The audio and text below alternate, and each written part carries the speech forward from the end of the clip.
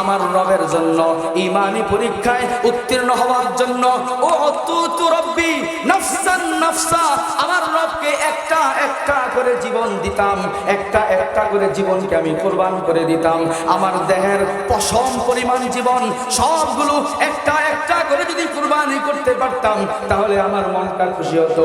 আমি আমার আল্লাহকে দেওয়ার মতো শুধু একটা জীবনই আছি, এর বেশি দিতে পারতেছি না, এই জন্য আমি কান্না করতেছি। কিসমত কিয়া किस्मत किया हर चीज में कस्साम अज़ल ने, जिस शाही को जिस शाही का काबिल नजर आया, जिस शाही को जिस शाही का काबिल नजर आया। अल्हम्दुलिल्लाह नहमदुहु व नस्तईनुहु व नस्तगफिरुह ونؤمن به ونتوكل عليه ونعوذ بالله من شرور أنفسنا ومن سيئات أعمالنا، من يهده الله فلا مضل له ومن يضلله فلا هادي له، ونشهد أن لا إله إلا الله وحده لا شريك له، ونشهد أن سيدنا وسندنا وحبيبنا وحبيب ربنا وطبيبنا وطبيب أرواحنا وقلوبنا ومولانا محمد صلى الله تعالى عليه وعلى آله وأصحابه وبارك وسلم. أما بعد فأعوذ بالله من الشيطان الرجيم. لا إكراه في الدين قد تبين الرشد من الغي، فمن يكفر بالطاغوت ويؤمن بالله فقد استمسك بالعروة الوثقى لا انفصام لها والله سميع عليم. وقال رسول الله صلى الله عليه وسلم لمعاذ بن جبل وقد ناداه ثلاثا: يا معاذ، ما من عبد يشهد أن لا إله إلا الله وأن محمدا عبده ورسوله إلا حرمه الله على النار، أو كما قال صلى الله عليه وسلم: إن الله وملائكته يصلون على النبي يا أيها الذين آمنوا صلوا عليه وسلموا تسليما. اللهم صل على محمد وعلى آل محمد كما صليت على إبراهيم وعلى آل إبراهيم إنك حميد مجيد. اللهم بارك على محمد وعلى آل محمد كما باركت على إبراهيم وعلى آل إبراهيم إنك حميد مجيد. رب اشرح لي صدري ويسر لي أمري واحلل عقدة من لساني يفقه قولي وبك نستعين يا مستعان. محمد ने आकर कुफ्र को मिटाया,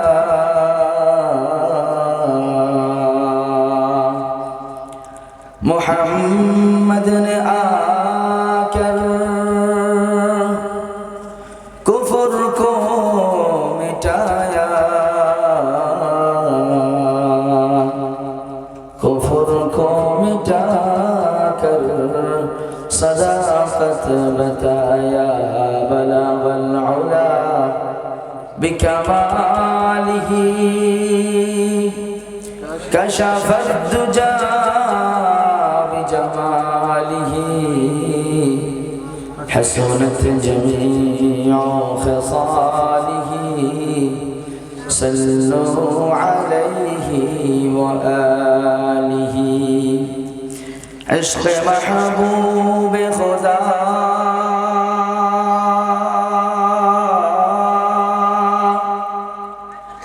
इश्क़ महबूब खुदा ए दिल जिसे हासिल नहीं, लाखों मुमीनों मगर ईमान में कामिल नहीं। बलगल उला बिकमालिही कशफद दुजा हसनत जमीउ खसालिही सल्लु अलैहि व आलिही। ला इलाहा इल्लल्लाह, ला इलाहा इल्लल्लाह, ला इलाहा इल्लल्लाह, ला इलाहा इल्लल्लाह, ला इलाहा इल्लल्लाह, ला इलाहा इल्लल्लाह, ला इलाहा इल्लल्लाह, ला इलाहा इल्लल्लाह, ला इलाहा इल्लल्लाह, ला इलाहा इल्लल्लाह, ला इलाहा इल्लल्लाह, ला महबूबा इल्लल्लाह, ला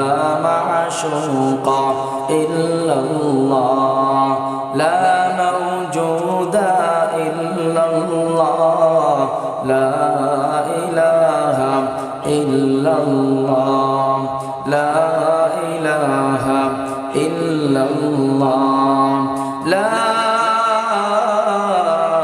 इलाहा इल्लल्लाह मुहम्मदुर रसूलुल्लाह सल्लल्लाहु अलैहि वसल्लम। পশ্চিম বেজগাঁও নুরানি জামে মসজিদ ও যুব সমাজের উদ্যোগে আয়োজিত আজকের বার্ষিক ওয়াজ ও দোয়ার মাহফিল, মাহফিলের প্রধান বক্তা হিসেবে আলোচনা করে চলে গেছেন হযরত মাওলানা হুসাইন আহমদ সাকি, মুহতামিম জামিয়া ইসলামিয়া ষোলঘর মাদ্রাসা এবং খতিব কুমারটুলি জামে মসজিদ ইসলামপুর ঢাকা। আরও অনেক ওলামায়ে কেরাম আলোচনা করেছেন এবং আমার সামনে পশ্চিম বেজগাঁও ধর্মপ্রাণ মুসল্লিয়ানে কেরাম উপস্থিত রয়েছেন এবং স্টেজে এলাকার গণ্যমান্য মুরব্বিয়ানে কেরাম, এলাকার সম্মানিত নেতৃবৃন্দ উপস্থিত রয়েছেন।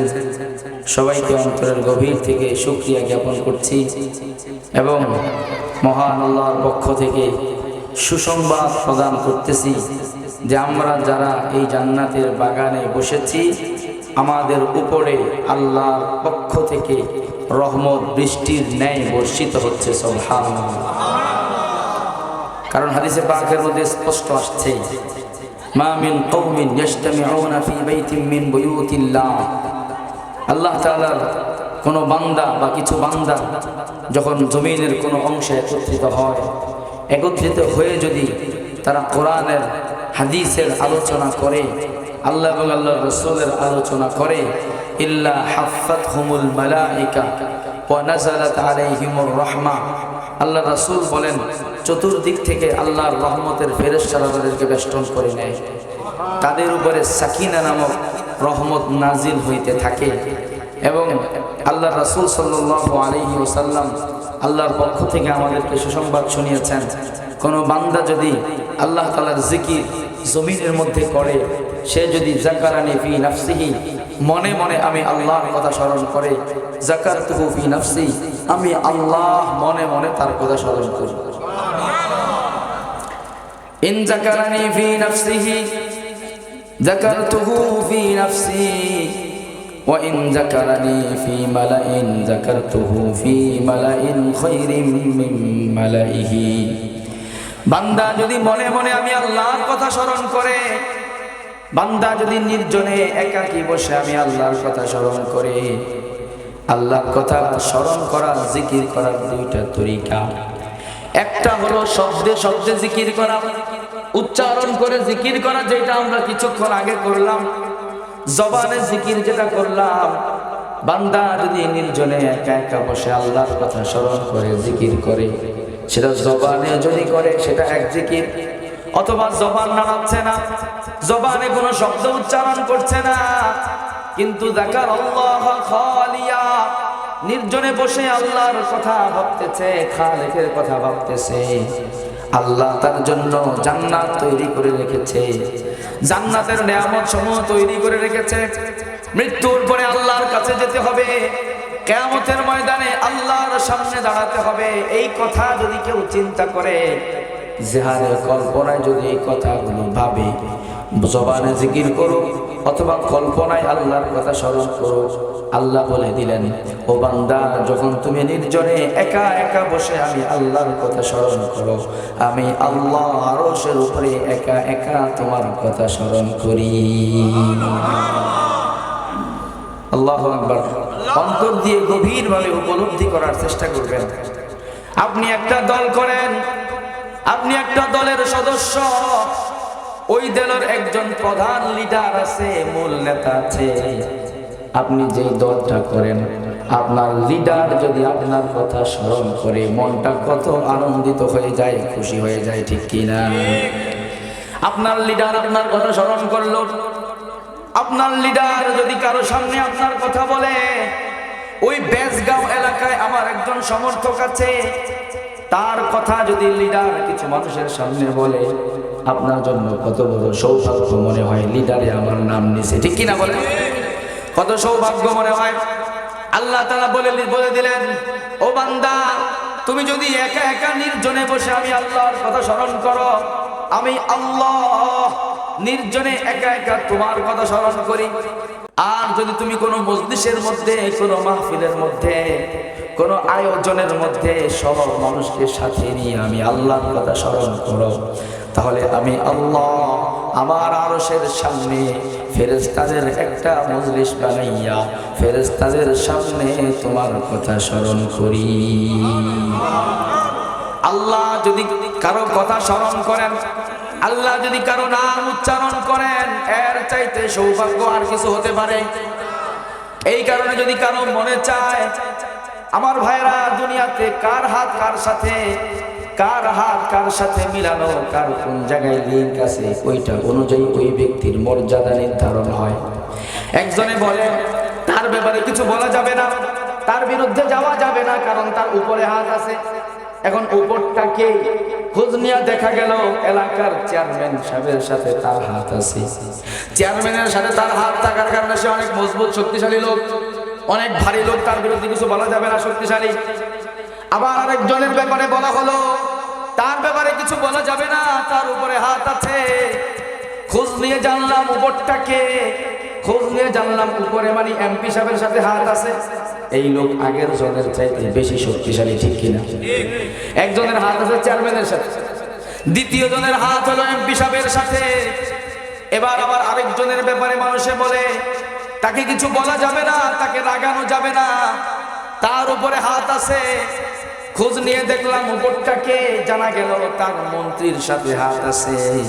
বোঝা গেল এই লোকটা আগের ওয়ালার চাইতে বেশি শক্তিশালী, ঠিক কিনা? আবার আরেকজনের ব্যাপারে বলা হলো কিছু বলা যাবে না, তার উপরে হাত আছে। উপরটাকে খোঁজ নিয়ে জানতে পারলাম উপরটা হলো সরাসরি প্রধানমন্ত্রীর সাথে তার হাত আছে, সরাসরি প্রেসিডেন্টের সাথে তার হাত আছে। এই কারণে সে দেশের অনেক শক্তিশালী একজন মানুষ। আবার একজনের ব্যাপারে বলা হলো তার উপরে হাত আছে, খোঁজ নিয়ে জানলাম উপরটাকে, বলে উপরটা হলো তার দিল্লির সাথে হাত আছে।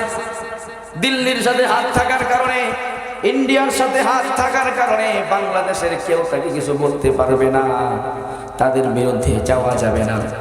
বাংলাদেশে কিছু পত্রিকা আছে, কিছু সংবাদ মাধ্যম আছে, দেশে অনেক কিছুর মধ্যে পরিবর্তন আসছে, অনেক কিছু বলা গেছে, তাদেরকে বলা যায় নাই, তাদের অন্যায় অপরাধের মাত্রা কমে নাই।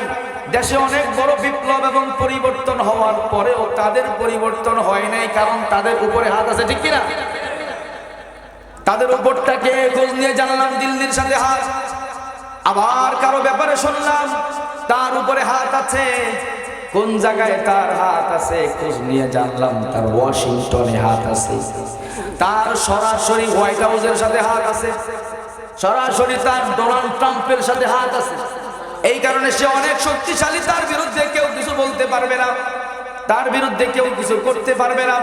ডোনাল্ড ট্রাম্প অনেক শক্তিশালী লোক, ভেনেজুয়েলার প্রেসিডেন্টকে ঘর থেকে তুলে নিয়ে যায়, আন্তর্জাতিক আইনের তোয়াক্কা করে না, আন্তর্জাতিক আদালতকে বৃদ্ধাঙ্গুলি দেখায় বলে তোমার আইন আমি পরোয়া করি না, আমি যেটা করি সেটাই আমার আইন। এই কারণে ডোনাল্ড ট্রাম্পের সাথে যার হাত আছে তার হাত অনেক শক্তিশালী।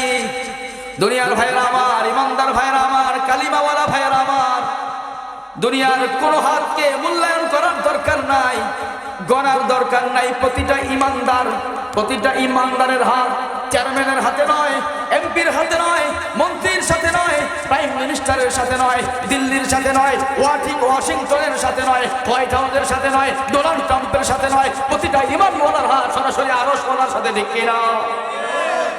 ইমানওয়ালার হাত কোন জায়গায়? আল্লাহর সাথে। কার সাথে? فمن يكفر بالطاغوت ويؤمن بالله فمن يكفر بالطاغوت ويؤمن بالله সূরা বাকারা 256 নম্বর আয়াতের মধ্যে আল্লাহ বলে দিলেন যে দুনিয়ার সব কুফরকে লাথি মেরে সরায়া দেয়, দুনিয়ার সব কুফরকে যে পিছনে ফেলে দেয়, দুনিয়ার সব কুফর থেকে, দুনিয়ার সব শিরিক থেকে যে চোখ ফিরায় নেয়। ওয়ায়ুমিন বিল্লাহ, আরশের মালিক আল্লাহর সাথে যার ঈমানের সম্পর্ক হয়ে যায়, কালিমার সম্পর্ক হয়ে যায়, ঈমানের বন্ধন যার তৈরি হয়ে যায়, ফাকাদ ইসতামসাকা বিল উরওয়াতিল মুসকা, পৃথিবীর সবচেয়ে শক্তিশালী রশিটার মধ্যে সে হাত দিয়ে ফেলেছে, পৃথিবীর সবচেয়ে মজবুত রশিটা সে ধরে ফেলেছে। লান ফিসামা লাহা, পৃথিবীর কোন শক্তি ওই রশিটাকে কাটতে পারবে না। বলেন আল্লাহু আকবার। ইমানদার কালিমাওয়ালা যে রশিতে হাত দেয়, ওই রশির এক মাথা ইমানদারের হাতে, আর এক মাথা সরাসরি আরশওয়ালার হাতে। আল্লাহু আকবার। ঈমানওয়ালা কাউকে ভয় পাইতে পারে না। ঈমানওয়ালা ভয় পায় শুধু আল্লাহকে। কাকে ভয় পায়? আহা, যাদের সম্পর্ক আরশের সাথে, যাদের লিঙ্ক সরাসরি আরশের সাথে, তারা এবার দিল্লিকে ভয় পায়, ওয়াশিংটনকে ভয় পায়, আমেরিকাকে ভয় পায়, বেইজিংকে ভয় পায়, মস্কোকে ভয় পায়। তারা এবার বাংলাদেশের বিভিন্ন ওই শক্তি, সেই শক্তিকে ভয় পায়। ভয় পাওয়ার দরকার নাই। ঈমানওয়ালা, ঈমানকে মজবুত করো, ঈমানকে শক্তিশালী বানাও, তুমি কাউকে ভয় পাইতে হবে না, সারা পৃথিবী তোমাকে ভয় পাবে।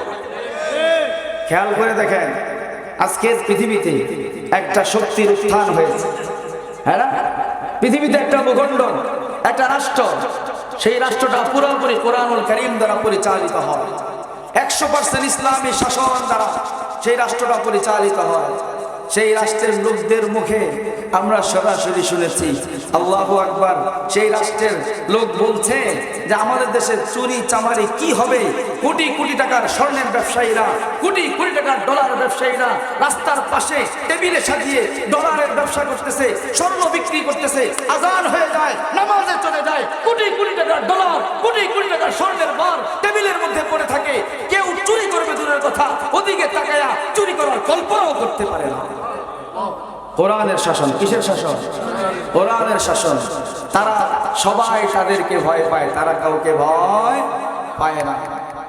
এই কারণে আল্লাহ বলেছেন সূরা ইউসুফের মধ্যে আরবাবুম মুতাফাররিকুনা খায়রুন আমিল্লাহুল ওয়াহিদুল কাহ্হার।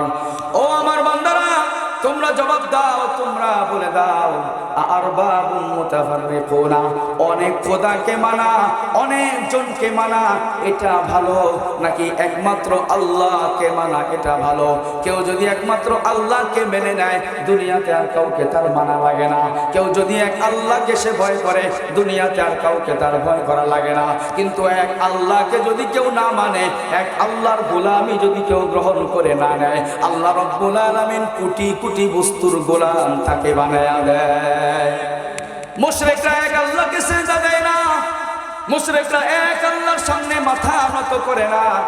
আল্লাহ রাব্বুল আলামিন পৃথিবীর কোটি কোটি মাখলুকের সামনে তাদের মাথা নত করে দেয়, ঠিক কি না? বড় কিছু দেখলেই তারা পূজা করে, এটার সামনে পূজা করে, ওইটার সামনে পূজা করে। পূজা করতে করতে আর পূজার কোনো জিনিস খুঁজে পাওয়া যায় না, লিঙ্গ পর্যন্ত পূজা করে। নাউজুবিল্লাহ, এই করে কিনা বলেন? কিন্তু ঈমানদার, যে ঈমানদারের কপাল আল্লাহর সামনে নত হয়, আল্লাহকে সিজদা করে, ওই ঈমানদার আরশের মালিক ছাড়া, আল্লাহকে ছাড়া আর কারো সামনে মাথা নত করে না, আর কারো সামনে মাথা ঝুঁকায় না।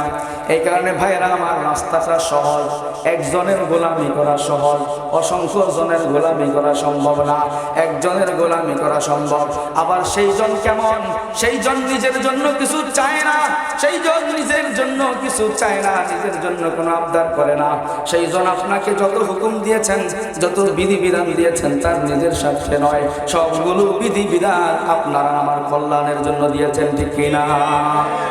নামাজের হুকুম দিয়েছেন আল্লাহর জন্য, কোনো স্বার্থ নাই এখানে। কোরআনুল এক হাদিসের মধ্যে আল্লাহ তাআলা বলে দিলেন, ইবাদি আমালুকুম হিয়া লাকুম।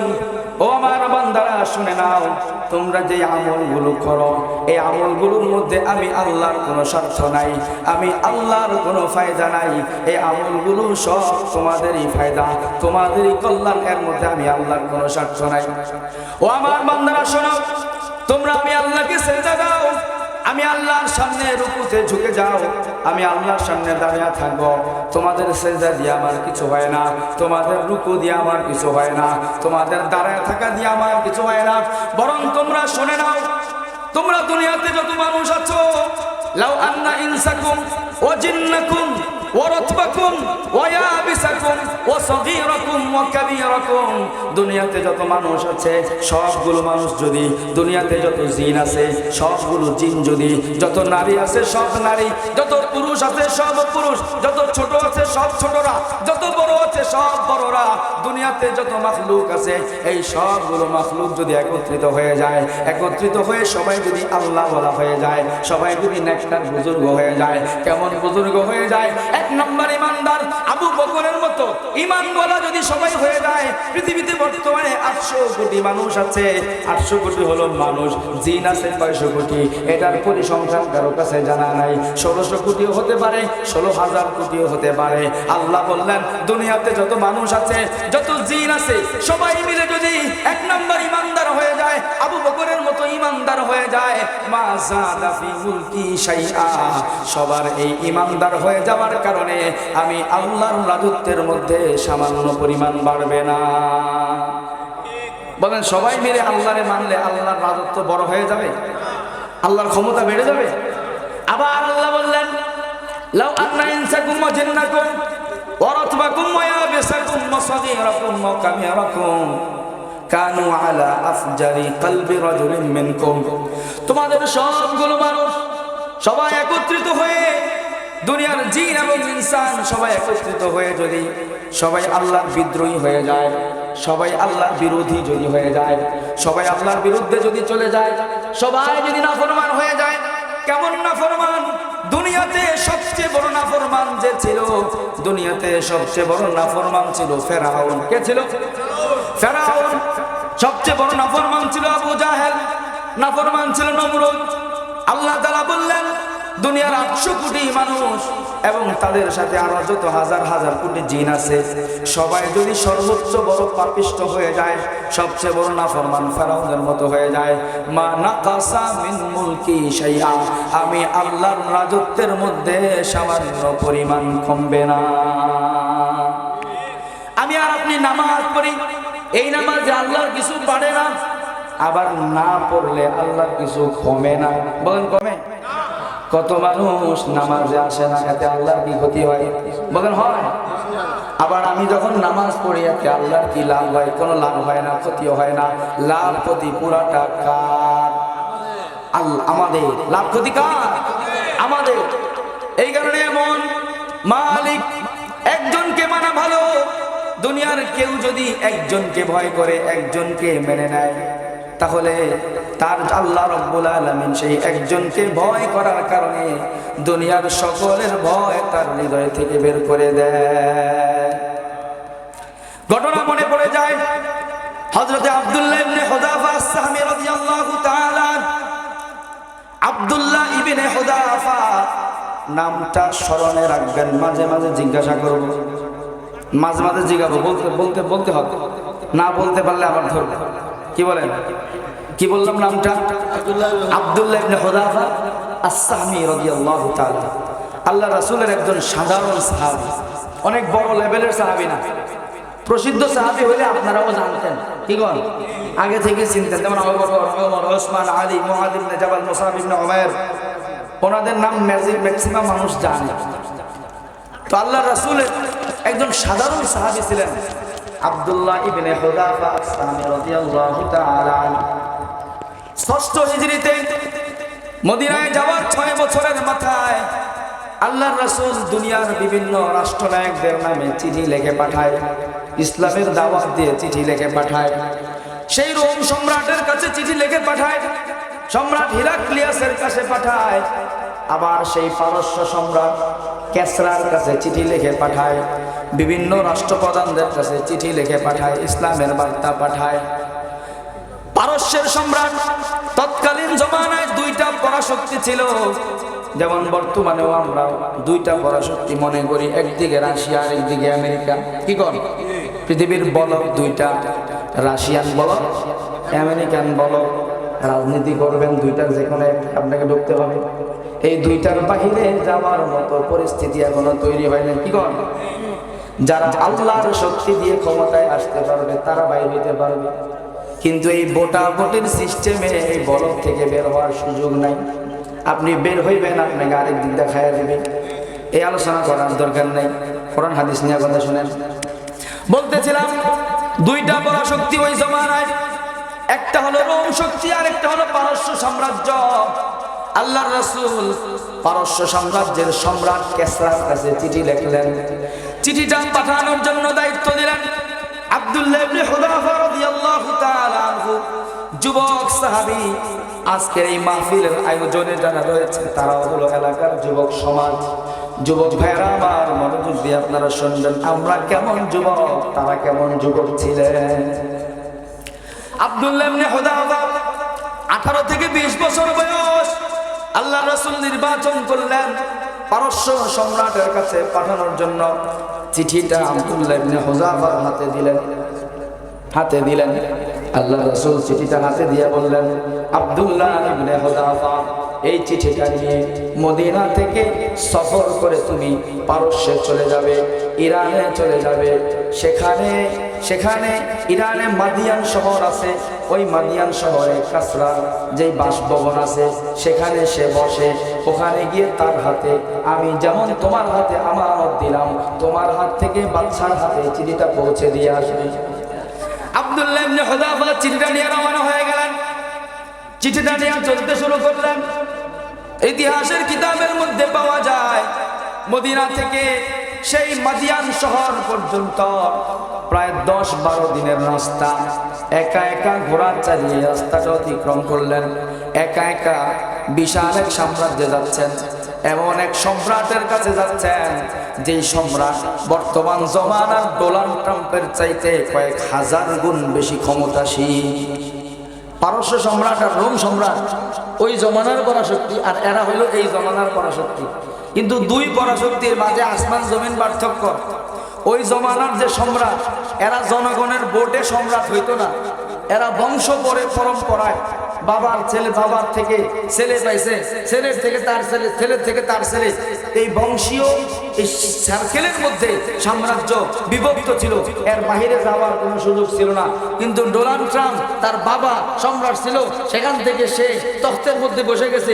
বিষয়টা এরকম না, আমেরিকার জনগণ তাকে বসাইছে, সেটাও মৌত পর্যন্ত না, 5 বছরের জন্য। কি বলেন? 5 বছরের জন্য বসতে, এরপরে তার ক্ষমতা শেষ। কিন্তু পারস্য সাম্রাজ্য যারা পরিচালনা করে আসতেছিল শত শত বছর থেকে, ওই কেসরার যারা রাজ পরিবার ছিলেন তারাই পরিচালনা করে আসতেছিলেন। এদের বাহিরে ভোট দেওয়া তো দূরের কথা, ভিন্ন কথা বলা তো দূরের কথা, তাদেরকে মানবে না এরকম অনুমান কারো কাছে পাওয়া গেলে তার কল্লা শেষ হয়ে যাবে। ভিন্ন কোনো কথা বলার সুযোগই ছিল না। বলতেছিলাম, এমন এক সম্রাটের কাছে পাঠালেন আব্দুল্লাহ ইবনে হুযাফাকে, যার পারিবারিক চিঠি আমানতটা নিয়ে পারস্যের রাজ দরবারে পৌঁছে যায়। এখন পারস্যের রাজ দরবারে ঢোকার জন্য মেন গেটে যখন যায়, মূল ফটকে যখন যায়, পারস্যের রাজ দরবারে ঢোকার জন্য শত শত বছর থেকে নিয়ম ছিল এরকম, মেন গেট থেকে নিয়ে একদম সম্রাট যেখানে বসে, যে আসনে বসে, ওই আসন পর্যন্ত নিচে গালিচা বিছানো, দুই দিকে 2 জন সৈনিক দাঁড়ায় আছে, পুরা সিরিয়ালে 2 পাশে 2 জন করে সৈনিক দাঁড়ায় আছে। এভাবে একজন তলোয়ার ধরেছে, এভাবে একজন তলোয়ার ধরেছে, তলোয়ারটা নিচু করে ধরে রাখা। মূল ফটক থেকে, মেন গেট থেকে কেউ যদি সম্রাটের কাছে বসতে চায়, তলোয়ারগুলো এমন ভাবে ধরে রাখা, মাথা সোজা করে ঢোকার কোনো সুযোগ নাই, অটোমেটিক তার মাথাটা নিচু করে সম্রাট পর্যন্ত বসতে হবে। এটা হলো রাজ দরবারের নিয়ম, যে বাদশাকে কুর্নিশ করতে করতে, সেলুট দিতে দিতে, মাথা নিচু করে প্রণাম করতে করতে ঢুকতে হবে, মাথা নিচু করে ঢুকতে হবে। মাথা নিচু করে ঢোকা এটা তারা বানায় এনেছে, কারণ ওই জমানার রাজারা নিজেদেরকে খোদা মনে করত, আর প্রজাদেরকে, অধীনস্থদেরকে নিজেদের ভৃত্য গোলাম মনে করত। এই সিস্টেম, এই নিয়ম আপনারা রাগ করেন না, আমাদের দেশের কিছু দরবারেও আছে। কি কন? বাবার দরবারে ঢুকতে হইলে মাথা নিচু করে ঢুকতে হয়, মাথা সোজা করে ঢোকা যায়। এই মাথার মধ্যে কালিমা, এই কলমের মধ্যে কালিমা, এই সিনার মধ্যে কালিমা, এই মাথার মধ্যে দেমাগ, দেমাগের মধ্যে তাওহীদ, দেমাগের মধ্যে ঈমান। যেই দেমাগের মধ্যে তাওহীদের বিশ্বাস আছে, ঈমান আছে, এক আল্লাহর উপরে বিশ্বাস আছে, সেই দেমাগ, সেই মাথা শুধুমাত্র আল্লাহর সামনে নত হবে, অন্য কারো সামনে নত হতে পারে না। মোহতারাম হাজিরিন, আব্দুল্লাহ ইবনে হুযাফা মূল ফটকের সামনে গেলেন, চিঠিটা পৌঁছানোর জন্য পারস্য সম্রাটের কাছে যাবেন। যখন ঢুকতে নিলেন, দেখেন তলোয়ারগুলো নিচু করে ধরা। এখন ঢুকতে নিলে মাথা নিচু করতে হয়। আব্দুল্লাহ ইবনে হুযাফা মূল ফটকের সামনে দাঁড়ায়া বললেন, ইরফাউ সুয়ুফাকুম লিনাদখুলা আলা মালিকিকুম। ও পারস্য সম্রাটের, ও পারস্য সাম্রাজ্যের ভিতরা সৈনিকরা, তোমাদের এই কালচার ভেঙে ফেলো, তলোয়ার সরায় ফেলো, তলোয়ার উঠাও, আমি তোমাদের বাদশার সামনে যাব। এখন সেনারা বলে, যাইতে হইলে তোমাকে নিচু হয়ে যাইতে হবে, মাথা নিচু করে যাইতে হবে। আমাদের রাজ দরবারে কয়েকশো বছরের কালচার, কয়েকশো বছরের ইতিহাস, সোজা মাথায় কেউ ঢুকতে পারে না, নিচু করেই যাইতে হবে। এবার সাহাবী আব্দুল্লাহ ইবনে হুযাফা রাজ দরবারের সামনে দাঁড়ায় জবাব দেয়। বুঝে থাকলে বলেন, আব্দুল্লাহ ইবনে হুযাফারা কয়জন? কয়জন? ওখানে পারস্য সম্রাটের সদস্য কয়জন? লাখ লাখ। কি বলেন? তার দেশ না পুরোটা। আব্দুল্লাহ ইবনে হুযাফা বলে, সাআদখুলু আলা মালিকিকুম। আরে না না, তোমাদের সম্রাটের কাছে আমি যাবই যাব, কোনো সন্দেহ নাই, কিন্তু এভাবে যাব না, মাথা সোজা করে যাব, ব্যবস্থা করো। এভাবে যাব না, মাথা সোজা করে যাব। এক আল্লাহকে যে মেনে নেয়, আল্লাহ রাব্বুল আলামিন সারা দুনিয়াকে তার সামনে নত করে, তাকে কোথাও নত করতে হয় না। আমি তোমাদের সম্রাটের কাছে যাবই যাব, তোমরা তলোয়ার সরাইয়া দাও। এভাবে বাকবিতণ্ডা হচ্ছে। পরে একজন দূর দৌড়াইয়া চলে যায়, পারস্য সম্রাটের কাছে গিয়ে বলে, গইটের মধ্যে একটা গন্ডগোল চলতেছে, ঝামেলা চলতেছে। ওই কি ঝামেলা?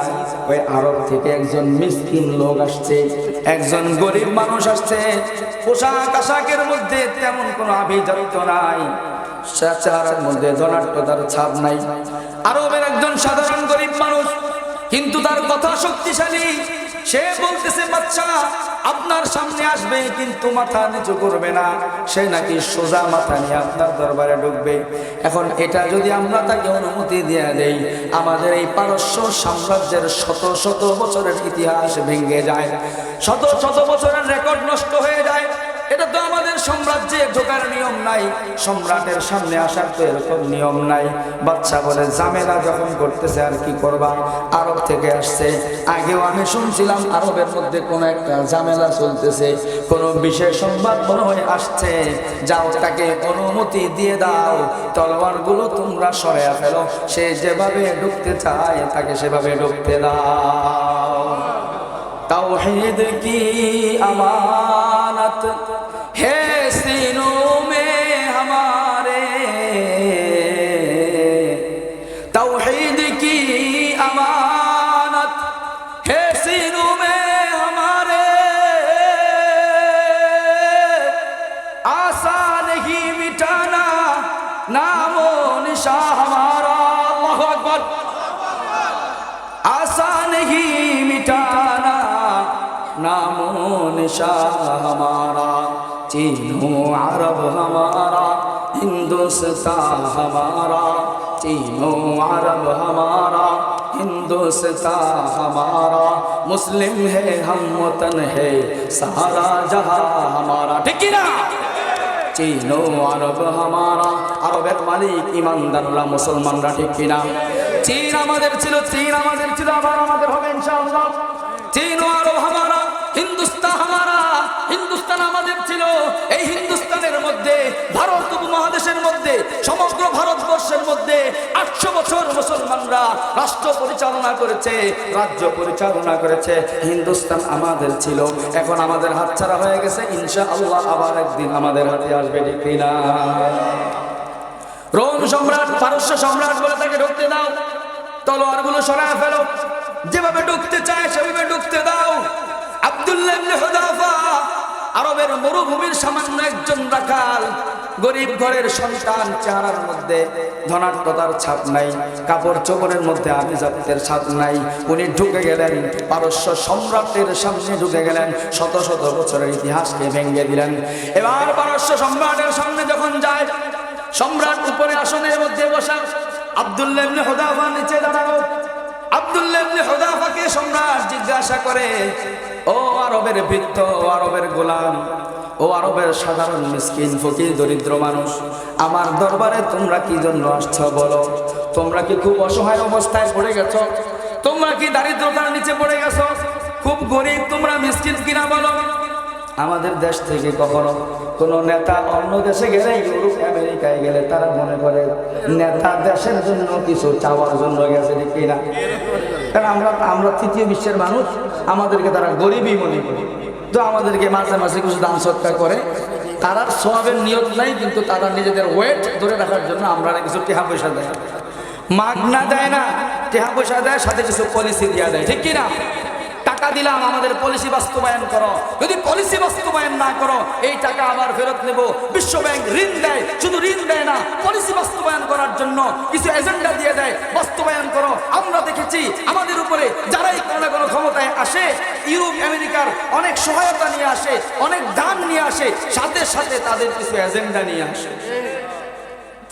এবার ওই সম্রাট জিজ্ঞাসা করে, মনে হয় খুব গরিব তোমরা, অসহায় অবস্থায় আছো, কিছু টাকা পয়সার জন্য এসেছ? আব্দুল্লাহ ইবনে হুযাফা জবাব দেয়, টাকা পয়সার জন্য আসি নাই, দান সৎকার জন্য আসি নাই, কোন সহায়তার জন্য আসি নাই। ইন্নী আতাইতু বিআমানাতিন মিন নাবিয়িনা মুহাম্মাদিন সাল্লাল্লাহু আলাইহি ওয়াসাল্লাম। আমি আমার নবী, সমগ্র জাহানের নবী, আল্লাহর নবী, কুল কায়নাত রহমতের নবী, খাতমুন নবিয়্যিন, সাইয়্যিদুল কাউনাইন, সাইয়্যিদুল আম্বিয়া ওয়াল মুরসালিন, সমগ্র বিশ্বের নবী, মানবতার নবী, শান্তির নবীর পক্ষ থেকে একটা আমানতের বার্তা নিয়ে, একটি দাওয়াতের বার্তা নিয়ে তোমার কাছে এসেছি। এবার সম্রাটদের নিয়ম হলো, সম্রাট আসনে বসা থাকে, সম্রাটের পাশে একজন ওয়াজির থাকে বা পিএস থাকে। সম্রাটদের কাছে যদি চিঠিপত্র কেউ দিতে চায়, তাহলে পাশের জন তার চিঠিটা গ্রহণ করে, সম্রাটের পক্ষ থেকে গ্রহণ করে সম্রাটের হাতে দেয়। সম্রাট তার আসন থেকে ওঠে না। এটাই হলো নিয়ম। কি বলে? এই নিয়ম এখনো চলমান। সরাসরি এমডি স্যারে কোনো চিঠি নেয় না, পিএসএ নেয়। কি কর? তার অধীনস্থরা নেয়। সম্রাট চেয়ারের মধ্যে বসা, পাশে উজির বসা। এখন উজির চিঠিটা নেওয়ার জন্য সিঁড়ি দিয়ে নিচে নামতেছে। সম্রাট বলল, তার চিঠিটা নাও দেখি, চিঠির মধ্যে কি লেখা। উজির যখন নিচে নেমে, সিঁড়ি দিয়ে নিচে নেমে আব্দুল্লাহ ইবনে হুযাফার সামনে হাত বাড়ায়। আব্দুল্লাহ ইবনে হুযাফা বলে, লা উতিকা হাযিহির রিসালা, এই চিঠি আমি তোমার হাতে দেব না। তোমার হাতে দেওয়ার জন্য রাসূল বলে নাই। রাসূল আমাকে চিঠিটা দেওয়ার সময় আমার হাতে দিয়ে রাসূল বলেছিলেন আমি যেন আমার হাত থেকে এই চিঠিটা সরাসরি পারস্য সম্রাটের হাতে, কেসরার হাতে যেন চিঠিটা পৌঁছে দেই। ইয়াদান বিয়াদিন মিন ইয়াদি ইলা ইয়াদি কেসরা, আমার হাত থেকে কেসরার হাতে চিঠিটা যাবে। আল্লাহর রাসূল মাঝখানে কোনো হাত লাগার কথা নিষেধ করেছেন। আমি তোমার হাতে চিঠি দেব না, সম্রাট নিজে নেমে এসে আমার হাত থেকে চিঠি নিতে হবে। আবে জমজম খুরদা বুদম, আবে জমজম খুরদা বুদম, আবে শোরা কে খুরম, বাদশাহী করদা বুদম, পাসবানি কে খুরম। আল্লাহ কালিমাওয়ালাদেরকে বাদশাহী করার জন্য দুনিয়াতে পাঠিয়েছে। আল্লাহ ইমানদারদেরকে বাদশাহী করার জন্য দুনিয়াতে পাঠিয়েছেন। ইমানদাররা দুনিয়ারও বাদশা, কবরেরও বাদশা, কিয়ামতের ময়দানের বাদশা, আখিরাতের বাদশা। প্রত্যেকটা ইমানদার আখিরাতের বাদশা, কোনো সন্দেহ নাই। ইমানদাররা কোন জায়গার বাদশা? আখিরাতের বাদশা, দুনিয়ারও বাদশা। আল্লাহ তাআলা বলে দিয়েছেন, আলা ইন্নাল ইজ্জাতা লিল্লাহি জামিআ, আলা ইন্নাল কুওয়াতা লিল্লাহি জামিআ। কোরআনুল কারীমের মধ্যে আল্লাহ বলছেন, দুনিয়ার সব সম্মানের মালিক একমাত্র আল্লাহ, দুনিয়ার সব ক্ষমতার মালিক একমাত্র আল্লাহ। এবার বলেন, আল্লাহর সাথে যেহেতু আল্লাহ দুনিয়ার সব সম্মানের মালিক, যাদের সাথে আল্লাহর সম্পর্ক থাকবে তারাও দুনিয়ার সব সম্মানের মালিক হয়ে যাবে। বুঝেন নাই? আপনি একটা দল করেন, সেই দল এখন ক্ষমতা, উদাহরণস্বরূপ বাংলাদেশের ক্ষমতায় আপনার দল, আপনি তো আর ক্ষমতায় যান নাই, ক্ষমতায় গেছে কে? দল গেছে। ক্ষমতায় গেছে কে? দল গেছে। উদাহরণস্বরূপ আমাদের দেশে বর্তমানে বিএনপি গণজোয়ার চলতেছে। তো ধরেন বিএনপি ক্ষমতায় চলে গেল, অথবা অন্য কোনো দল গেল। এখন আপনি বিএনপির সাথে আপনার একটা রিলেশন আছে, সম্পর্ক ওই দলের সাথে। আপনি তো আর পার্লামেন্টে যান নাই, গেছেন? আপনি দলই করেন, পার্লামেন্টে গেছেন কি? আপনি পার্লামেন্টের বারান্দাও যাইতে পারবেন না হয়তো। কি করেন? দল তারা করে আর পার্লামেন্টে ঢুকতে পারবে? আমি এমপি সাহেবের জন্য এত খাটা খাটছি, আমাদের যদি দুই একদিন পার্লামেন্টে না যাইতে দেয় তাহলে কেমন দেখা যায়? বলার সুযোগ আছে? আপনি তো পার্লামেন্টে যান নাই, আপনার দল পার্লামেন্টে, আপনার দল ক্ষমতায়। শুধু দলটা ক্ষমতায় থাকার কারণে দল শক্তিশালী, আপনি নিজেও শক্তিশালী, ঠিক কিনা? এলাকার মানুষ আপনারে ভয় পায়। সব ক্ষমতার মালিক আল্লাহ, সব ইজ্জতের মালিক আল্লাহ। আল্লাহ যদি ইজ্জতের মালিক হয়ে থাকে, আল্লাহর দলের লোক যারা হবে, আল্লাহ যদি সব ক্ষমতার মালিক হয়ে থাকে, আল্লাহর দলের লোক যারা হবে তারাও সব ক্ষমতার মালিক হবে, ঠিক কিনা? এখন তাহলে আমরা ক্ষমতার মালিক নাই কেন? আমাদের ইজ্জত নাই কেন? বলে আমি এখন আল্লাহর দলে ঢুকতে পারি নাই। আল্লাহ দলে নেওয়ার জন্য কবুল করেছেন, কিন্তু আমি ঢুকতেছি না। আমি আর নিজেকে আল্লাহর দলের লোক বানাই নাই। এই ওয়াজ মাহফিল, এই নসিহত, এই আলোচনা, এই সবগুলোর উদ্দেশ্য হলো আমরা যেন আল্লাহর দলের লোক হয়ে যাইতে পারি। আলা ইন্না হিজবাল্লাহ কোরআনুল কারীমের মধ্যে সূরা মুজাদালার মধ্যে আল্লাহ দুইটা দলের কথা বলেছেন। আলা ইন্না হিজবাশ শাইতান, একটা দল হলো শয়তানের দল। আল্লাহ বলছেন শয়তানের দল হুমুল খাসিরুন, শয়তানের দল সব সময় ক্ষতিগ্রস্ত হবে, সব সময় লাঞ্ছিত অবদস্ত হবে। আর আরেকটা হলো হিজবুল্লাহ, উলাইকা হিজবুল্লাহ, উলাইকা হিজবুল্লাহ, তারা হলো আল্লাহর দল। আলা ইন্না হিজবাল্লাহি হুমুল মুফলিহুন। আল্লাহ বলেন আল্লাহর দল তারা সফলকাম, আল্লাহর দল যারা হবে তারা বিজয়ী। আমরা কেন বিজয়ী হইতে পারতেছি না? কারণ আমরা এখনো আল্লাহর দলে ঢুকতেই পারি না। আপনি বলবেন কে কইছে? আমি কি শয়তানের দলে ঢুকছি? আমি তো আল্লাহর দলেই আছি। তা আমি আপনাকে বলবো, আজকে ফজরের নামাজ সময় আপনি কই আছিলেন বলেন না? যদি আপনি আল্লাহর দলের লোক হইতেন, ফজরের নামাজের সময় আল্লাহ যখন ডেকেছিলেন আসসালাতু খায়রুম মিনান নাওম, আপনার এলাকার মুয়াজ্জিন ডাকছে, কিন্তু মুয়াজ্জিন ডাকে নাই, কে ডাকছে? আল্লাহ ডাকছে। হাইয়া আলাস সালাহ, হাইয়া আলাস সালাহ, হাইয়া আলাল ফালাহ, হাইয়া আলাল ফালাহ। এই শব্দগুলো আপনার জন্য ডাকা হয়েছিল, মুয়াজ্জিন ডেকেছে, কিন্তু মুয়াজ্জিন এই ডাকটা তার বাড়ির থেকে বানিয়ে আনে নাই। এই যে আজানটা, আজানের সবগুলো শব্দ, এই শব্দগুলো একটা মুয়াজ্জিন বানায় নাই, এই শব্দগুলো আলেমরা বানায় নাই, হাটহাজারী মাদ্রাসা থেকে শব্দগুলো বানানো হয় নাই, ইন্ডিয়ান দারুল উলুম দেওবন্দ মাদ্রাসা থেকে বানানো হয় নাই, মিশরের আল আজহার থেকে বানানো হয় নাই, মদিনা ইউনিভার্সিটি থেকে বানানো হয় নাই। শব্দগুলো কোনো সাহাবীও বানায় নাই, কোনো তাবেঈ বানায় নাই, স্বয়ং নবী মুহাম্মদুর রাসূলুল্লাহ তিনিও বানায় নাই। শব্দগুলো সরাসরি আল্লাহ আসমান থেকে নাজিল করেছে। আজানের শব্দগুলো কে দিয়েছেন?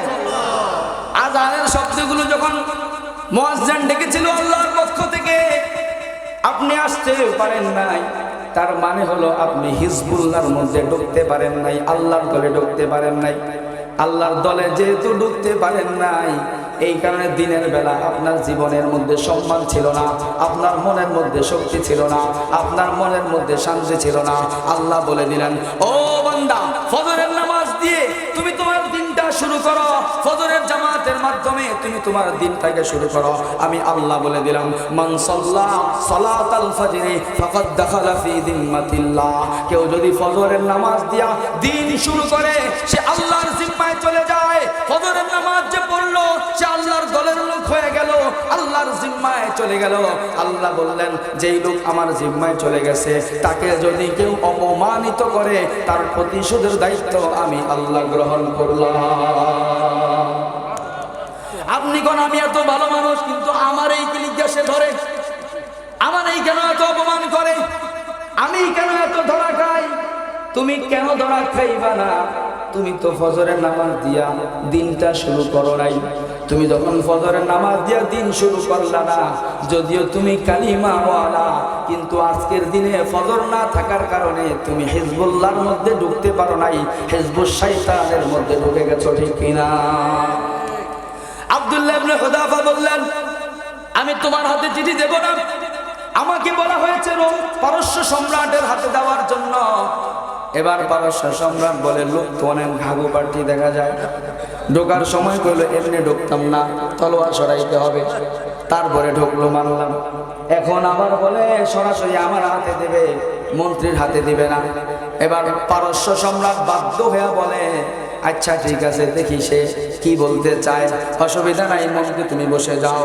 ইতিহাসের মধ্যে লেখা হয়, পারস্য সাম্রাজ্যের মধ্যে শত শত বছরের পরে এই একজন সাহাবীর কারণে দুইটা নিয়ম ভেঙে ফেলা হলো।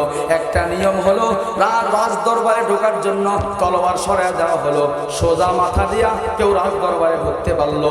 আর একটা হলো পারস্য সম্রাট নিজে তার আসন থেকে নেমে কারো বার্তা গ্রহণ করলেন। এই ইজ্জত দিলেন কে? এবার আসেন আব্দুল্লাহ ইবনে হুযাফা রাদিয়াল্লাহু তাআলা। এই ঘটনা ছিল ৬ষ্ঠ হিজরিতে পারস্য সাম্রাজ্যের মধ্যে এই ঘটনা। এর কিছুদিন পরে আরেকটা ঘটনা ঘটে যায়।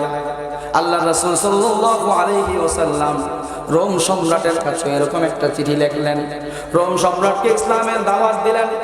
রোম সম্রাটের কাছে যখন ইসলামের দাওয়াত পৌঁছে যায়, এবার সরি এটা আল্লাহ রাসূলের জমানায় না, আল্লাহ রাসূলের জমানা শেষ হওয়ার পরে আবু বকরের জমানা শেষ হলো, ওমরের জমানা শেষ হলো। ওমরের জমানায় একবার রোম সম্রাট তার সঙ্গীদের সাথে বসে মশওয়ারা করতেছে। রোম সম্রাট বলতেছে, ও আমার সাথী সঙ্গীরা, তোমরা আমাকে একটু মশওয়ারা দাও। আমি শুনতে পাচ্ছি আমার সাম্রাজ্যের বিভিন্ন সীমানায় মুসলমানরা ঢুকে দেশের পর দেশ জয় করে ফেলতেছে, এলাকার পর এলাকা তারা নিজেদের দখলে নিয়ে যাচ্ছে। মুসলমানদের ব্যাপারে আমার একটু জানার দরকার, একটু স্টাডি করা দরকার, তারা কেমন শক্তিশালী, এত সাহস এত শক্তি কোথায় পায়, আমার সৈনিকরা কেন তাদের সামনে দাঁড়াইতে পারে না, আমার লক্ষ লক্ষ বাহিনী তাদের মোকাবেলায় দাঁড়ায় যায়।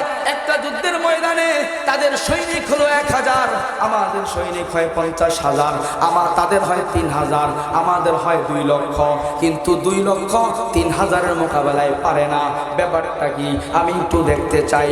ওমর রাদিয়াল্লাহু তাআলা আনহুর জমানায় রোম সম্রাট হিরাক্লিয়াস তার সৈন্যদেরকে নির্দেশ দেয়, তোমরা যদি কোনো যুদ্ধের ময়দানে পারো, কোনো মুসলমানকে যদি ধরতে পারো, তাকে হত্যা করবা না, জানে মারবা না, মুসলমানদের একটা দল ধরে আমার দরবারে নিয়ে আসবা, আমি সরাসরি মুসলমান দেখতে চাই, মুসলমান কেমন হয়,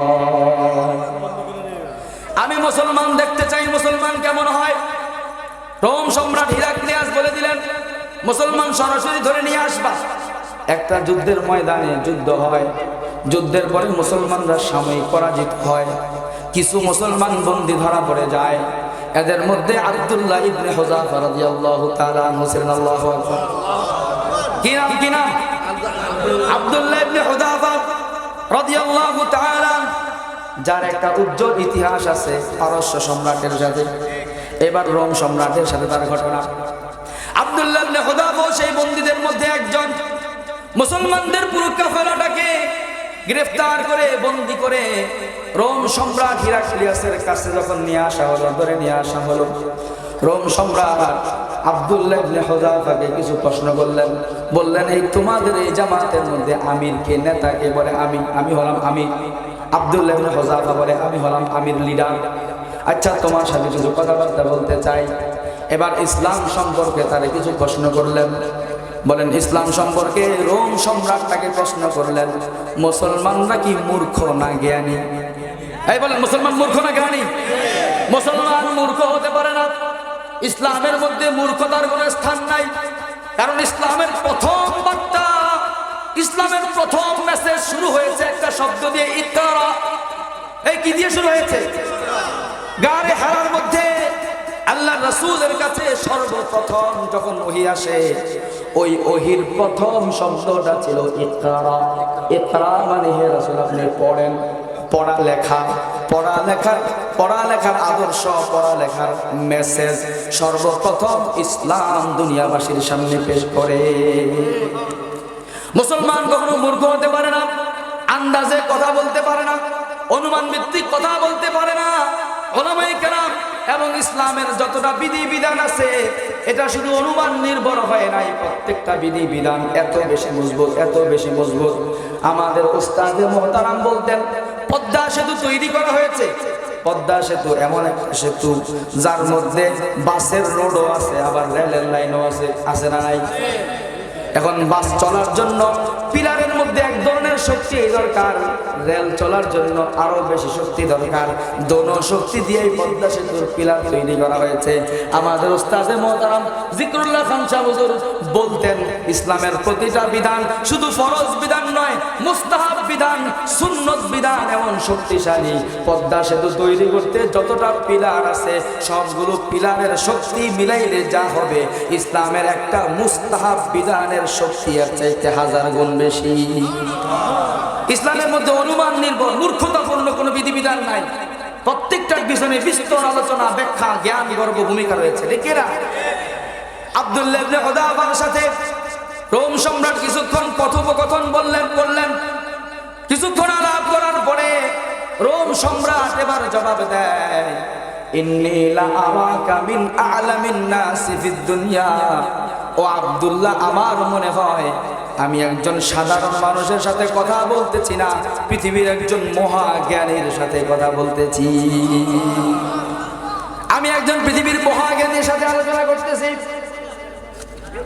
এবার আব্দুল্লাহ ইবনে হুযাফা জবাব দেয়, আপনি আমাকে মহাজ্ঞানী বললেন, কিসের মহাজ্ঞানী?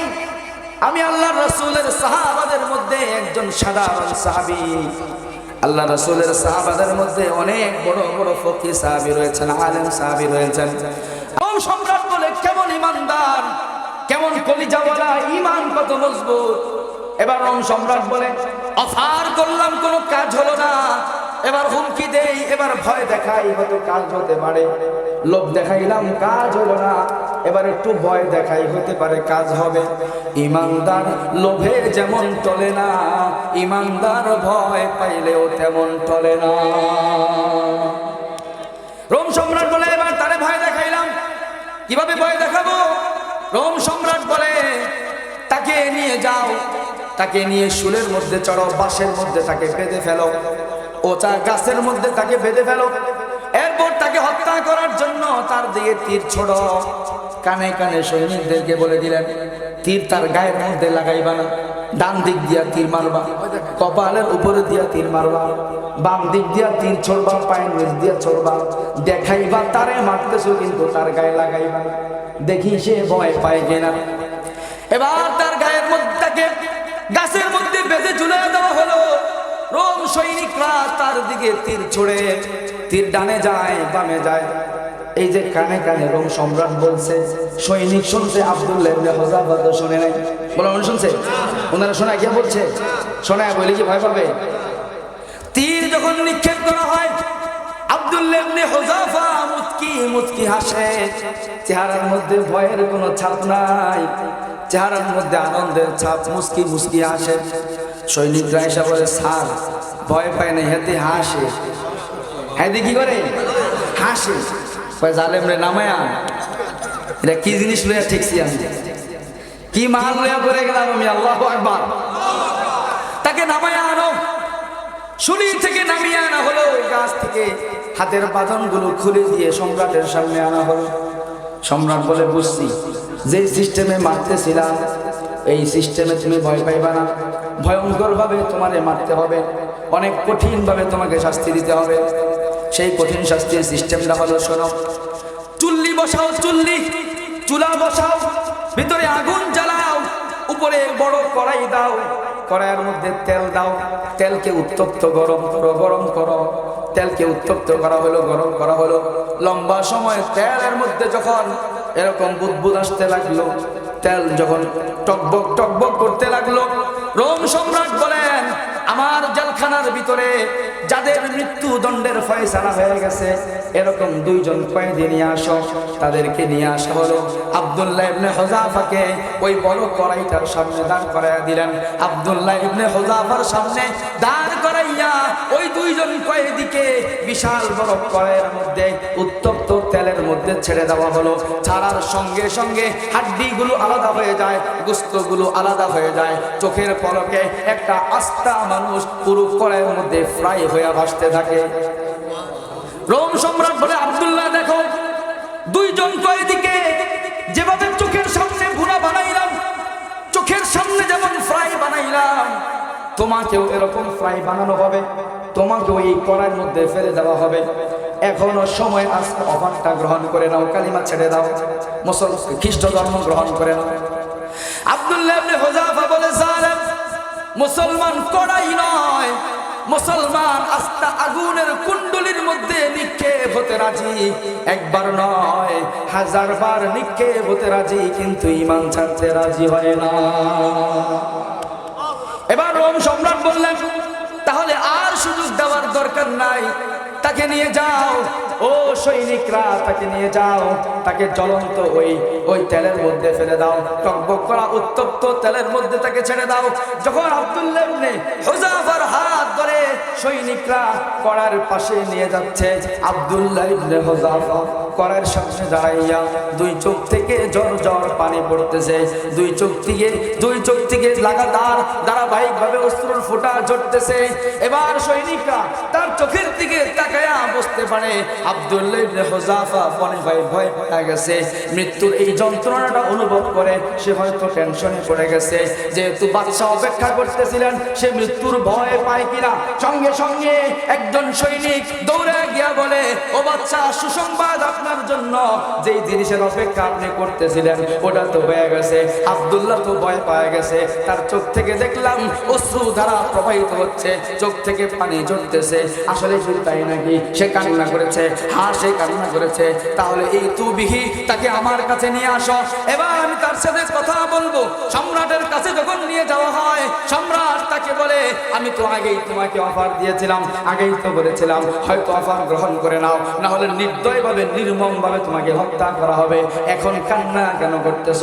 আগেই তো বলেছিলাম, তারপরেও তোমার জন্য আমার কাছে রাস্তা খোলা আছে। আব্দুল্লাহ ইবনে হুযাফা চিৎকার করে রোম সম্রাটের চেহারার দিকে তাকাইয়া চোখ দুটাকে রক্তিম বানিয়ে জবাব দেয়, ইয়া কালবার রুম, ও রোমের কুত্তা, বুঝতে ভুল করিস না, মৃত্যুর ভয়ে আমি কান্না করি না, জানের মায়ায় আমি কান্না করি না।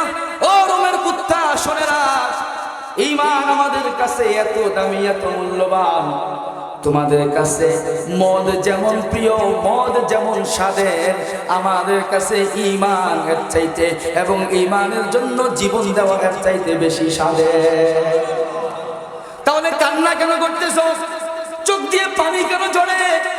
আব্দুল্লাহ ইবনে হুযাফা জবাব দেয়, ইন্নাল্লাহা ক্বাদ আতানি নাফসান ওয়াহিদা, আল্লাহ তাআলা আমাকে একটা জীবন দান করেছেন। একটা জীবন, কয়টা জীবন? একটা জীবন দান করেছেন। আমি চোখের সামনে মৃত্যু দেখতে পাচ্ছি, এই মৃত্যুটা আল্লাহর জন্য, এই মৃত্যুটা আল্লাহর জন্য শাহাদাত। আমি আমার রবের জন্য জীবন দেওয়ার একটা সুযোগ পাইছি, কিন্তু আমার কাছে জীবন আছে মাত্র একটা। আমি আমার ঈমানের পরীক্ষায় উত্তীর্ণ হওয়ার জন্য জীবন একটা দিতে পারবো। একটা জীবন যখন শেষ হয়ে যাবে, আল্লাহকে দেওয়ার মতো তো আমার কাছে আর কিছু থাকবে না। আমি চিন্তা করলাম, লাউ আন্নালি মা ফি জাসাদি মিন আশউরিন আনফুসু, আল্লাহ আমার দেহের মধ্যে যতগুলো পশম দিয়েছেন, আমাকে যদি আমার শরীরের পশম পরিমাণ জীবন দান করতেন, আর আমি আমার রবের জন্য ঈমানি পরীক্ষায় উত্তীর্ণ হওয়ার জন্য ও অতুতু রব্বি নাফসান নাফসা, আমার রবকে একটা একটা করে জীবন দিতাম, একটা একটা করে জীবনকে আমি কুরবান করে দিতাম। আমার দেহের পশম পরিমাণ জীবন সবগুলো একটা একটা করে যদি কুরবানি করতে পারতাম, তাহলে আমার মনটা খুশি হতো। আমি আমার আল্লাহকে দেওয়ার মতো শুধু একটা জীবনই আছি, এর বেশি দিতে পারতেছি না, এই জন্য আমি কান্না করতেছি। কিসমত কিয়া, किस्मत किया हर चीज में कस्साम अज़ल ने, जिस शाही को जिस शाही का काबिल नजर आया, जिस शाही को जिस शाही का काबिल नजर आया, बुलबुल को दिया, बुलबुल को दिया नाला व परवाना को जलना, गम हमको दिया सबसे जो मुश्किल नजर आया, गम हमको दिया सबसे जो मुश्किल नजर आया। আব্দুল্লাহ ইবনে হুযাফা আল্লাহর জন্য জীবন দিচ্ছে, একটা জীবন দিবে, এর বেশি দিতে পারবে না, এই কারণে কান্না করতেছে। আমার রবের জন্য আমি যদি বেশি জীবন দিতে পারতাম। ও বেজগাঁওয়ের যুবক ভাইয়েরা আমার, ও মাহফিলের আয়োজনকারী যুব সমাজ ভাইয়েরা আমার, একটু চিন্তা করো। আব্দুল্লাহ ইবনে হুযাফা তার জীবনটা দিচ্ছেন আল্লাহর জন্য, তার জীবনটা দিচ্ছেন আরশের মালিকের জন্য। তুমিও আর আমিও জীবন দেই, তুমি আর আমি আমিও আমার শরীর থেকে রক্ত ঝরাই, তুমিও আর আমিও আমার জীবন দেওয়ার জন্য উৎসাহের মধ্যে থাকি, জীবন দেওয়ার জন্য প্রস্তুত হয়ে থাকি, কিন্তু আরশের মালিকের জন্য না, রবের জন্য না। তোমার আর আমার জীবন এত কম দামি হয়ে গেল, এত বেহুদা জীবন হয়ে গেল। একজন সাধারণ নারীর জন্য তোমার জীবনকে তুমি নষ্ট করতেছ, সাধারণ নারীর জন্য তোমার শরীরে তুমি রক্ত দিতেছ। ও আর ও বেশগাঁওয়ের যুবক ভাইয়েরা আমার, এই জীবনকে এমন বানাও, এই জীবন আল্লাহ দিয়েছে, যদি কখনো দেওয়া লাগে আল্লাহর জন্য জীবন দেব। কার জন্য জীবন দেব? না নেতার জন্য দিবেন। কার জন্য দিবেন? জীবন আল্লাহর জন্য, জীবন নেতার জন্য নয়, জীবন আল্লাহর জন্য, জীবন দলের জন্য নয়, জীবন আল্লাহর জন্য, জীবন প্রেমিকার জন্য নয়, জীবন গার্লফ্রেন্ডের জন্য নয়, জীবন কোনো নারীর জন্য নয়, জীবন কোনো দুনিয়াবি ভালোবাসার জন্য নয়। এই জীবন দিয়েছেন আল্লাহ। এই জীবন যদি কখনো দেওয়া লাগে দেব একমাত্র আল্লাহকে। আল্লাহ কবুল করে নেন, আব্দুল্লাহ ইবনে হুযাফার মতো কবুল করে নেন। ভাইরা আমার, ইমানদার অনেক দামি সত্তা, অনেক দামি ব্যক্তি ইমানদার। কারণ প্রত্যেক ইমানদার, সহিহ মুসলিমের 186 নম্বর হাদিসের মধ্যে আল্লাহ রাসূল বলেছেন, যার সিনার মধ্যে কালিমা আছে, তাওহীদের বিশ্বাস যার সিনার মধ্যে আছে, এই লোকটা যদি দুনিয়া থেকে মারা যায়, তার আমল যত ত্রুটিপূর্ণ হোক, আমল যত কম হোক, নামাজ ছিল না, রোজা ছিল না, হজ যাকাত ছিল না, অসংখ্য গুনাহ ছিল, নাফরমানি ছিল, শুধু ঈমান ঠিক ছিল, ঈমান নিয়ে যদি কেউ আল্লাহর কাছে যায়, আল্লাহ তাআলা তাকে একটা জান্নাতের মালিক বানাবেন, যেই জান্নাতটা এই পৃথিবীর চাইতে 10 গুণ বড়। প্রত্যেক ইমানদার 10 দুনিয়া সমান একটা জান্নাতের মালিক। আপনারা অনুভব করতে পারতেছেন না, আমি জানি না। যুবক ভাইরা আমার, আমরা দুনিয়াতে এক টুকরা জমিনের মালিক হওয়ার জন্য কত আগ্রহ। কি বলেন? একটা এলাকার উপরে ক্ষমতা। আজকে দেখেন, এই যে নির্বাচনী মৌসুম চলতেছে, সব দল কত কষ্ট করতেছে। মাঝে মাঝে আমার পেরেশানিও লাগে, কষ্টও লাগে তাদের জন্য। আহা, এই কত বুড়া মানুষ, কত বয়স হয়ে গেছে, এই সময়ও নির্বাচনী প্রচারণার জন্য কত কষ্ট করে কিনা বলেন ভাই? রাত দিন একাকার হয়ে গেছে, এরপরও পেরেশানি। এরপরও বাংলাদেশের মানুষ কি এত ভালো বলেন? সকালে পক্ষে গেলে বিকালে বিরোধিতা করে। কি করেন? ওই বেটা বক্তৃতা দিতে গিয়া বুকে স্লিপ অফ টাং হয়েছে, মুখের থেকে একটা কথা বলে বাইরে হয়ে গেছে। ফেসবুকের পোলাপান এমন ধরা ধরছে, ওই বেটা এখন বললো ঘুমায়ও শান্তি নেই। ঠিক কিনা বলেন? ওই বেটা এখন তার মেয়ের চেহারা দেখাইতে পারে না। কি কথা একটা কইয়া বেটা এখন ভাইরাল। পেরেশানি আছে না নাই বলেন? আর এই পোলাপান্ডি বুড়া বুড়া কাউরে ছাড়ে না। সমালোচনা যখন করে, থাক নাম না বলি, ঢাকার এক নেতারে 2 দিন পরে পরে কি যে সমালোচনা শুরু করে। এই রাজনীতি আমি, আমার মায়া লাগে যে এই বুড়া বয়সে বেটারা এত কষ্ট করে, বয়স হয়ে গেছে, এখন একটু আরামসে থাকার কথা, কিন্তু এই নির্বাচনী প্রচারণায় গিয়ে কত কষ্ট, রাত দিন একাকার। এরপরে আবার যেখানে সেলফি তুলতে হয়, হাসি না আইলেও জোর করে হাসি বাড়ি করতে হয় মুখ থেকে। ঠিক কিনা? কত কষ্ট করতে হয় কিসের জন্য? একটা জায়গায়, একটা চেয়ারে বসার জন্য, একটা ক্ষমতায় বসার জন্য। সেই ক্ষমতাটা সাময়িক সময়ের জন্য, আবার সে ওই চেয়ারটার, ওই জায়গাটার পুরো মালিক হবে না। ওই জায়গার উপরেই তাকে একটা কর্তৃত্ব দেওয়া হবে। কিছু করতে গেলে সবার সাথে নিয়ে করতে হবে, সবার সমর্থন নিয়ে করতে হবে। কিন্তু আল্লাহ রাব্বুল আলামিন প্রত্যেক ইমানদারকে, কালিমাওয়ালাকে আল্লাহর কসম করে বললাম, যে আল্লাহ আমার শব্দগুলো শুনতেছেন, যে আল্লাহ বলার শক্তি দিচ্ছেন, সেই আল্লাহর কসম করে বললাম, আরশের রবের শপথ করে বললাম, প্রত্যেক ইমানদার এখানে যারা আছেন, যাদের কানে আওয়াজ পৌঁছতেছে, প্রত্যেক ইমানদার দুনিয়াতে সে হয়তো ভ্যান চালায়, অথবা মিশুক চালায়, অথবা দর্জিগিরি করে, অথবা মুচির কাজ করে, কোনো সহায় সম্পত্তি নাই, চেহারা সুন্দর না, লেখাপড়া নাই, কোনো বংশীয় মর্যাদা নাই, কিন্তু একজন ইমানদার কালিমা বলা, আমলও নাই, দুনিয়া থেকে যাওয়ার পরে আল্লাহ তাকে একটা জান্নাতের মালিক বানাবেন, এই পৃথিবীর 10 গুণ বড়। সেই পুরা জান্নাতের সেই মালিক হবে। কেমন মালিক হবে? ইন্না আহলাল জান্নাহ মান কানা লাহু 80 আলফা খাদিমিন। জান্নাতের সর্বনিম্ন ব্যক্তি যে হবে, সবার নিচের দরজার যে ব্যক্তি হবে, তার জান্নাতের ভিতরে তার খানা দানা, তার পোশাক পরিচ্ছদের খেদমত করার জন্য আল্লাহ তাকে 80,000 খাদেম দান করবে। ভাইরা আমার, এই কারণে ঈমানকে ঠিক রাখতে হবে। কি ঠিক রাখতে হবে? ঈমান। কোন কথার দ্বারা যেন ঈমান ছুটে না যায়, কোন দুনিয়াবি স্বার্থের কারণে যেন ঈমান ছুটে না যায়। বর্তমান সময় অনেক কঠিন সময় চলতেছে। আল্লাহ রাসূল বলেছেন, আমার উম্মতের একটা সময় আসবে, ইউসবিহুর রাজুলু মুমিনান ওয়া ইউমসি কাফিরা। সকালবেলার ঈমানদার বিকাল হতে হতে বেঈমান হয়ে যাবে। বিকালবেলার ইমানদার সকাল হতে হতে বেঈমান হয়ে যাবে। এই কারণে কে কোন কথা বলতেছেন, কোন জিনিসের সমর্থন করতেছেন আগে বুঝে নিবেন।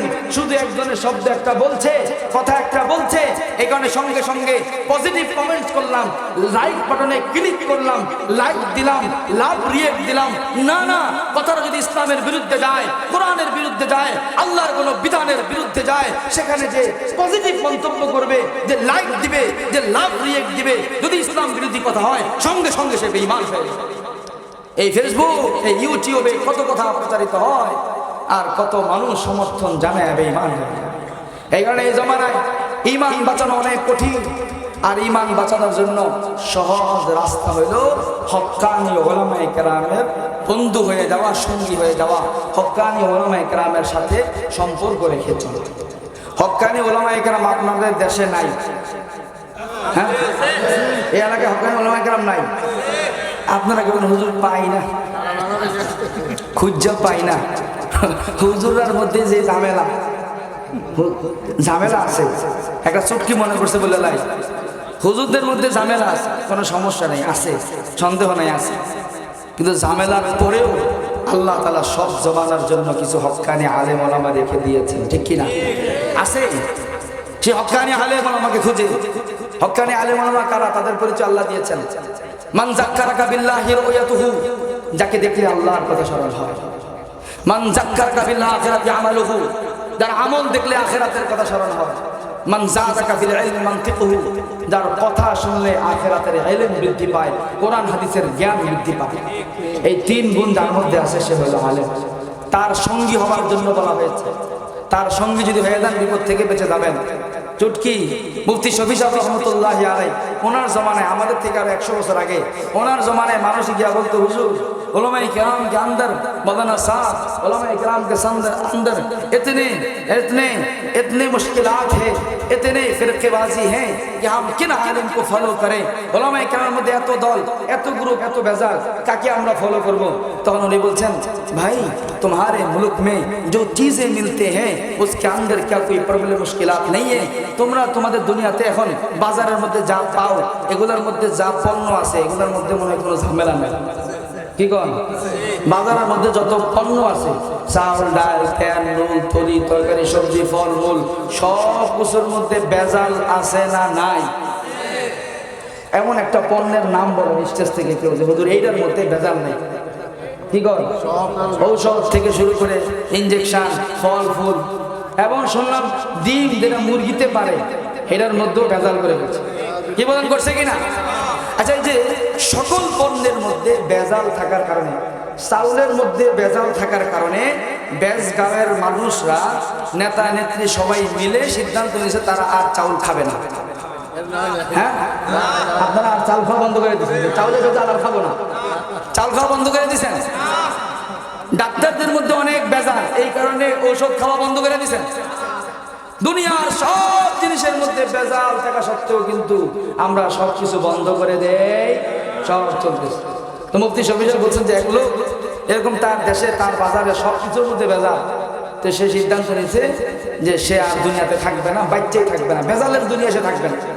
তো সে মারা যাবে, সুইসাইড করবে। সুইসাইড করার জন্য এখন ওষুধের দোকানে গিয়া, বিষের দোকানে গিয়া বিষ নিয়ে আসছে, কীটনাশক নিয়ে আসছে। এটা খাইছে সকাল 8টা বাজে, নিয়ত করে খাইছে যে 8টায় খাইলাম, 10টার ভিতরে প্রভাব শুরু হবে, 12টার ভিতরে আল্লাহর কাছে। কি কন? 12টার ভিতরে দুনিয়া থেকে চলে যাবে, জোহরের নামাজের পরে জানাজা হয়ে শেষ, বেজালের দুনিয়াকে বিদায়, গুড বাই। এখন সে 8টা বাজে খাইছে বিষ, রাত 8টা বেজে গেছে, কোনো খবর নেই। বিষের কোনো কি নাই, বিষের কোনো নড়াচড়া নাই, বেটা দিব্যি হাঁটতেছে। রাত 8টায় গিয়া তার টেনশন শুরু হয়েছে, কিরে সকাল 8টায় বিষ খাইলাম, রাত 8টা বাজছে, 12 ঘন্টা পার। হিসাব মতে এতক্ষণ সুয়াল জল হইয়া কবরের পর্ব শেষ হওয়ার কথা ছিল, কিন্তু এখনো তো কিছুই হইল না। তাহলে কি হইল? পরে দোকানে গিয়া খোঁজ নিয়ে দেখে যে বিষ যেটা গেছে ওইটার মধ্যেও ভেজাল।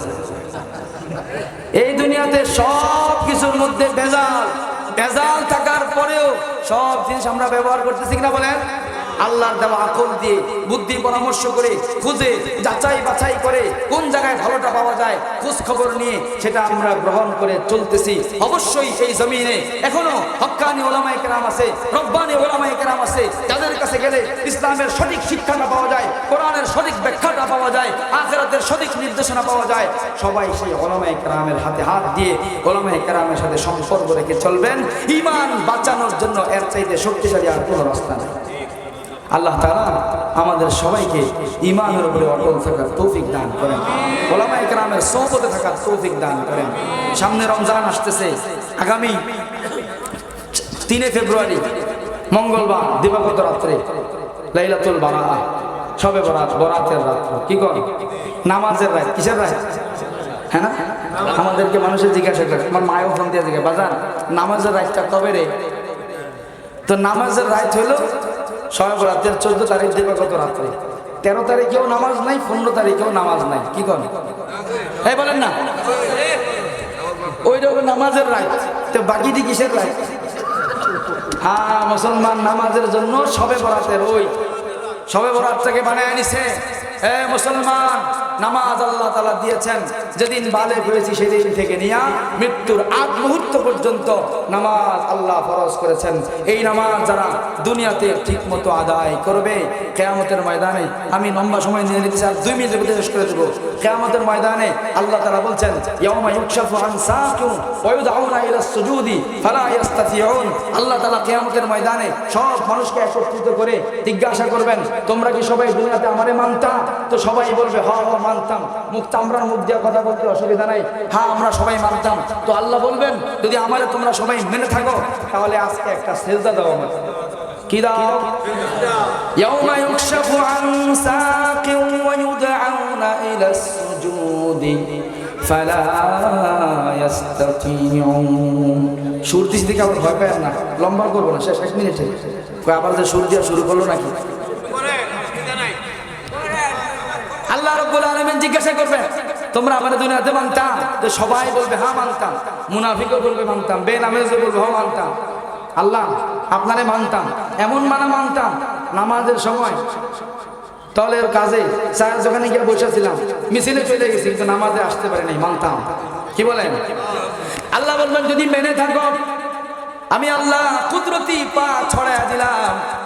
আল্লাহ রাব্বুল আলামিন আল্লাহ কুদরতি পাটা ছড়াইয়া দিয়া বলবেন, ইয়াউমা ইউকশাফু আন সাক। সেদিন আল্লাহর পায়ের সাক মানে পায়ের কদম, পায়ের নলা, পেন্ডলি, পায়ের নালাটা কেমন হবে আমরা জানি না, কিন্তু আল্লাহ কোরআনের মধ্যে বলছেন কুদরতি পাটা ছড়াইয়া দিয়া বলবেন, এখানে একটা সেজদা দাও, সেজদা দিয়া তারপর জান্নাতে চলে যাও। কোনো কেউ তোমাকে বাধা দিবে না, সেজদা দিতে পারলে এই জান্নাত। সবাই বলবো সেজদা দিতে আর টেনশন কোন জায়গায়? কি কর সারা জীবন সারা বছর নামাজ পড়ি নাই, ঈদের দিন গেছি সবার আগের কাতারে, ওখানে গিয়েও তো ঠেই নেই। কি কর আগের কাতারেই পারছি, এখানে দিতে আর সমস্যা কি?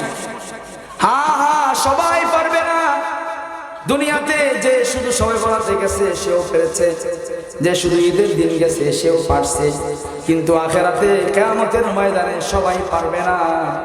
সারাটা জীবন নিয়মিত যারা আল্লাহকে সেজদা দিয়েছিল, সেদিন যখন আল্লাহর কদমের সামনে যাবে, তাফসীরের কিতাবের মধ্যে লেখা হয়, দুনিয়াতে যারা নিয়মিত নামাজি ছিল, আল্লাহর কুদরতি কদমের সামনে যাওয়ার পরে অটো তাদের শরীরটা আল্লাহর কদমের উপরে পড়ে যাবে,